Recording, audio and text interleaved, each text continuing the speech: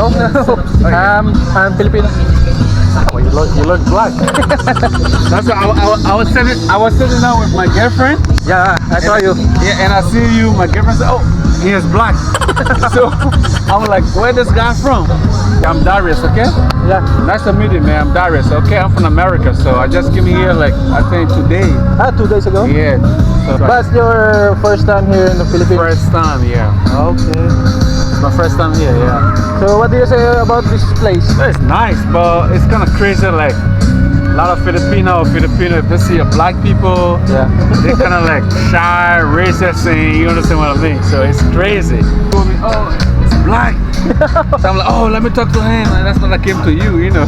Actually, I saw you while I'm walking, and then I'm surprised you're at my Yeah. back. 'Cause